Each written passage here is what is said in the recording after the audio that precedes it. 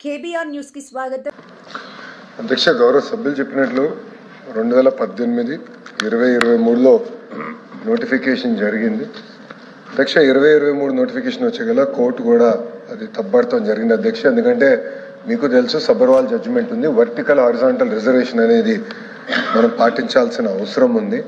అది సరిగా పాటించకుండా నోటిఫికేషన్ ఇచ్చారు కనుకనే అది ముందరికి వెళ్ళలేకపోయింది అధ్యక్ష. ఇప్పుడు మేము మన ఏఏజీ గారితో కూడా నేను ఇప్పటికీ 3 సార్లు మీటింగ్ పెట్టుకున్నాను. మనం డీటెయిల్గా మేము డిస్కస్ చేస్తాం కూడా జరిగింది. దీనిపైన ఫ్రెష్ నోటిఫికేషన్ ఇవ్వాలి నిర్ణయం మేము తీసుకుని యుద్ధ ప్రాతిపదికంగా ఈ పెండింగ్ పోస్ట్ ఏదైతే ఉందో రాబోయే 3 సంవత్సరాలు భర్తీ చేయాలని నిర్ణయం కూడా ప్రభుత్వం తీసుకుందని గౌరవ సభ్యులకు నేను తెలియజేస్తున్నాను అధ్యక్ష. రెండో విషయంకి వచ్చేగల ప్రధానంగా గత ప్రభుత్వంలో రాజకీయ కోణాల్లో కొన్ని అపాయింట్మెంట్స్ జరిగినాయి.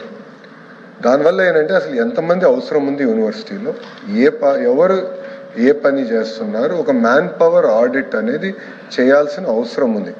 అది మొన్న జరిగిన వైస్ ఛాన్సలర్స్ కాన్ఫరెన్స్లో గౌరవ ఛాన్సలర్ గారు, గవర్నర్ గారు స్వయంగా అక్కడ డిస్కషన్లో కూడా పాల్గొన్నారు. అక్కడ మేము చాలా స్పష్టంగా చెప్పింది, ఒక మ్యాన్ పవర్ ఆడిట్ చేయండి, ఏ ప్రోగ్రామ్స్ ఉన్నాయి, ఏ ప్రోగ్రామ్స్కి ఎంతమంది అవసరమో, ఎంతమంది ఉన్నారు, దాన్ని ఎట్లా ముందలు తీసుకెళ్ళాలి, ఆ ప్రోగ్రామ్ని ఎలా బలోపేతం చేయాలని దానిపైన కూడా మేము చదువుతాం జరుగుతుంది అధ్యక్ష.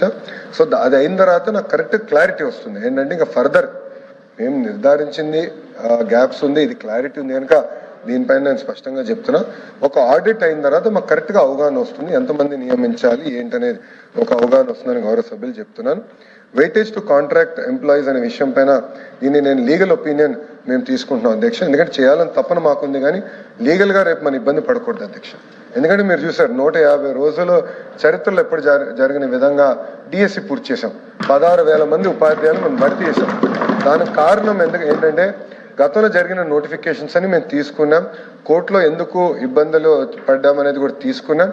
కరెక్ట్గా ఒక కమిటీ వేసి స్టడీ చేసి పర్ఫెక్ట్గా అమలు చేసాం.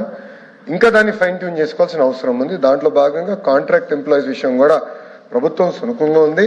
దానికి ముందల వివరాలు తీసుకుని లీగల్ పొజిషన్ తీసుకుని దానిపైన నేను చెప్తాను అధ్యక్ష.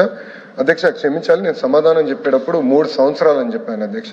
3 నెలలు, క్షమించాలి నేను తప్పు చెప్పాను. 3 నెలల్లో పూర్తి చేస్తాను. 3 నెలల్లో ప్రక్రియ ప్రారంభిస్తాను. లీగల్ ప్రాసెస్ ఈ 90 డేస్లో మేము పూర్తి చేస్తాం అధ్యక్ష. మొదటి వ్యక్తిది, సారీ నేను అది చదువుతున్నా తప్పు చేశాను. రెండోది అధ్యక్ష, ఏజ్ ఎన్హాన్స్మెంట్స్కి వచ్చేగల ఆల్రెడీ జియోఎం కాన్స్టిట్యూట్ చేసాం అధ్యక్ష.